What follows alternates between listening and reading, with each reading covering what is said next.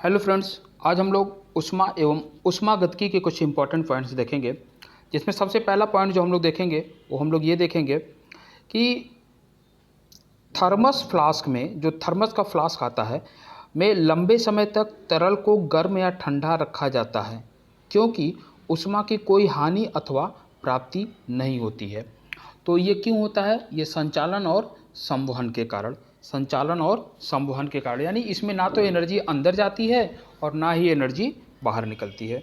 दूसरा पॉइंट, किसी वस्तु के नमूने को हवा में खुला रखने पर कुछ समय पश्चात गायब हो जाता है, जैसे कपूर, नेफ्थलीन अथवा शुष्क बर्फ। इस परिघटना को क्या कहते हैं? तो इस घटना को कहा जाता है ऊर्ध्वपातन। यानी जब किसी सॉलिड को एटमॉस्फेयर में हम लोग खुले में छोड़ देते हैं तो वह उड़ जाता है, यानी भाप बन के ख़त्म हो जाता है, लिक्विड के फॉर्म में नहीं आता है। तो इस घटना को हम लोग क्या कहते हैं? इस घटना को हम लोग ऊर्ध्वपातन कहते हैं। फिर देखिए, विद्युत चुंबकीय विकिरणों के ऊर्जा का अवरोही क्रम, ऊर्जा का जो है ना अवरोही क्रम, तो गामा हो गया, बीटा हो गया और अल्फा हो गया। जब सीले बिस्कुट को थोड़ी देर के लिए फ्रिज में के अंदर रखा जाता है तो वह कुरकुरे हो जाते हैं। क्यों? यानी जब जो बिस्किट होता है जो थोड़ा सा नमी खा लिया होता है तो उसको कुछ देर के लिए फ्रिज में रख दीजिए तो फिर से कुरकुरे हो जाते हैं। क्यों हो जाते हैं?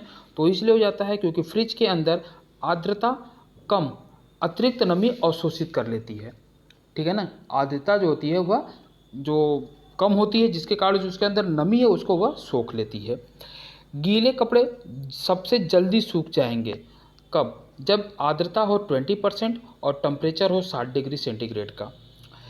रेफ्रिजरेटर में खाद्य पदार्थ ताज़ा रखने हेतु जो टेम्परेचर उसका होता है वह कितना होता है? 4 डिग्री सेंटीग्रेड होता है। ठीक है। गर्मियों में सफ़ेद कपड़े पहनना ज़्यादा आरामदेह होता है। क्यों? क्योंकि वे अपने ऊपर पड़ने वाली सारी ऊष्मा को परावर्तित कर देते हैं, यानी किरणें आती हैं और टकरा करके वापस चली जाती हैं। अगला पॉइंट, शीतकाल में जब झील की ऊपरी सतह का पानी बर्फ में बदल जाता है तो जलीय जंतु जीवित रहते हैं। क्यों? यानी ये कहना चाह रहे हैं कि जब ठंडी का मौसम होता है तो जो झील होती है उसके ऊपरी जो लेयर होती है वह जम जाती है, लेकिन फिर भी उसके नीचे मछलियाँ जिंदा रहती हैं। क्यों? तो इसलिए होती है क्योंकि पानी का जो घनत्व है बर्फ़ की ऊपरी सतह के नीचे पानी रहता है, जो पानी का जो घनत्व है वह बर्फ़ से ज़्यादा होता है। तो बर्फ़ जो होता है हल्का हो जाता है, बर्फ़ ऊपर तैरता रहता है और नीचे पानी रहता है। तो जो जलीय जंतु हैं, मछलियाँ हैं, वो नीचे पानी में आराम से पड़ी रहती हैं। ठीक है।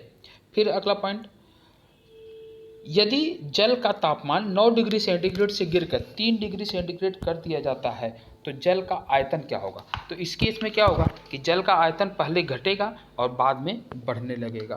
ठीक है। सबसे ज़्यादा डेंसिटी जो होती है वह 4 डिग्री सेंटीग्रेड पे होती है, यानी जो सबसे कम आयतन होगा वह 4 डिग्री सेंटीग्रेड पे उसका आयतन सबसे कम होता है और उसके बाद वह फिर 4 डिग्री से नीचे जब ले जाएंगे तो बढ़ने लगेगा। मनुष्य आर्द्रता व गर्मी से परेशानी अनुभव करता है, इसका कारण क्या है? पसीना आर्द्रता के कारण वाष्पित नहीं होता। आर्द्रता अगर ज़्यादा है तो पसीना वाष्पकृत नहीं होता, यानी पसीना बाहर नहीं निकलता, इसलिए आदमी को ज़्यादा दिक्कत महसूस होती है। गर्मी के मौसम में एक पंखा आराम का बोध कराता है क्योंकि हमारा पसीना अधिक गति से वाष्पित होता है। ठीक है। शीशे की छड़ जब भाप में रखी जाती है तो इसकी लंबाई बढ़ जाती है, परंतु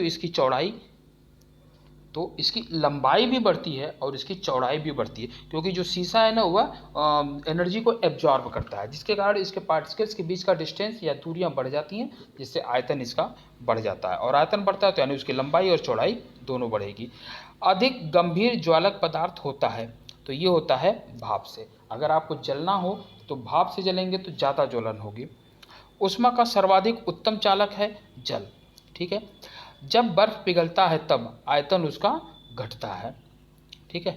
जब लोहे के गेंद को गर्म किया जाता है तो सर्वाधिक प्रतिशत वृद्धि होती है उसके आयतन में।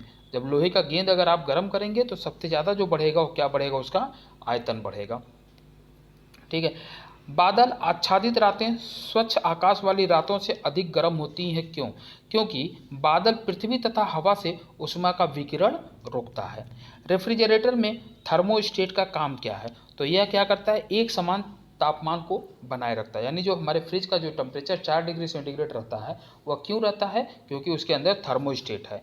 यदि एक चाय के प्याले में चाय को 90 डिग्री सेंटीग्रेड से 80 डिग्री सेंटीग्रेड तक ठंडा होने में ठीक 1 मिनट का समय लगता है, तो उसी को 70 से 60 डिग्री तक ठंडा होने में कितना समय लगेगा? तब भी ठीक 1 मिनट ही लगेगा। ठीक है, फिर देखिए कुछ चीज़ों का क्वथनांक दिया जा रहा है। जल का क्वथनांक कितना होता है? तो ये होता है 373 डिग्री केल्विन। मानव शरीर का तापमान केल्विन में 310 होता है। जल का अधिकतम घनत्व 277 केल्विन पे होता है और 40 डिग्री फ़ारेनहाइट जो होता है वह 231 केल्विन के बराबर होता है। यदि एक बंद कमरे में रखे रेफ्रिजरेटर का दरवाज़ा खुला रखे तो क्या होगा? तो टेम्परेचर जो है रूम का बढ़ जाएगा। यदि हम एक लोहे के टुकड़े को गर्म करते जाएं तो प्रथम वह हल्का लाल चमकता है, फिर सफ़ेद तथा अंत में किस कलर का हो जाएगा? तो वह जो अंत में हो जाएगा वह नारंगी हो जाएगा। वायु कूलर अधिक प्रभावी है कब? रेगिस्तानी क्षेत्र में। ठीक है, क्रीम निकालने वाले संयंत्र से दुग्ध चर्बी अलग हो जाने का कारण क्या है? तो केंद्र से हट जाने वाला जो सेंट्रीफ्यूगल फोर्स है। चिड़ियों के उड़ने में न्यूटन का सिद्धांत जो सिद्ध होता है वह कौन सा है? तो गति का तीसरा नियम। ठीक है, परम शून्य उस तापक्रम को कह सकते हैं जिस पर किसी गैस की आणविक गति रुक जाती है। किसी बॉडी या पदार्थ की गतिक ऊर्जा क्या होती है? तो उसके संवेग के अनुपात में होती है। ठीक है, रेफ्रिजरेटर में थर्मोस्टेट का कार्य क्या है? तो एक समान टेम्परेचर बनाए रखना। बर्फ़ के 2 ब्लॉक टुकड़े जब आपस में दबाए जाते हैं तो बर्फ़ का एक ब्लॉक बन जाता है, क्योंकि बर्फ़ का गलनांक दबाव में बढ़ जाता है। 2 पानी की छोटी बूंदें एक दूसरे में संलीन होकर बड़ी बन जाती हैं। इस प्रक्रिया में क्या होती है? तो इस प्रक्रिया में जो है ऊर्जा मुक्त होती है। इस प्रक्रिया में क्या होती है? ऊर्जा मुक्त हो जाती है। मिलते हैं हम लोग अगली वीडियो में, तब तक के लिए थैंक यू।